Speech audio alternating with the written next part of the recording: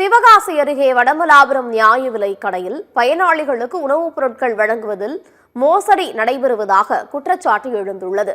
நியாய விலைக் கடையில் அரிசி இல்லை என கூறி அனுப்பிய மூதாட்டிக்கு அவர் வீட்டிற்கு சென்ற நிலையில் நியாய விலைக் கடையில் அரிசி வாங்கியதாக குறுஞ்செய்தி வந்துள்ளது. இதனால் அவர் அதிர்ச்சி அடைந்த நிலையில் இது தொடர்பாக மூதாட்டியின் மகன் நியாய விலைக் கடைக்கு சென்று ஊழியர்களிடம் வாக்குவாதத்தில் ஈடுபட்டார்.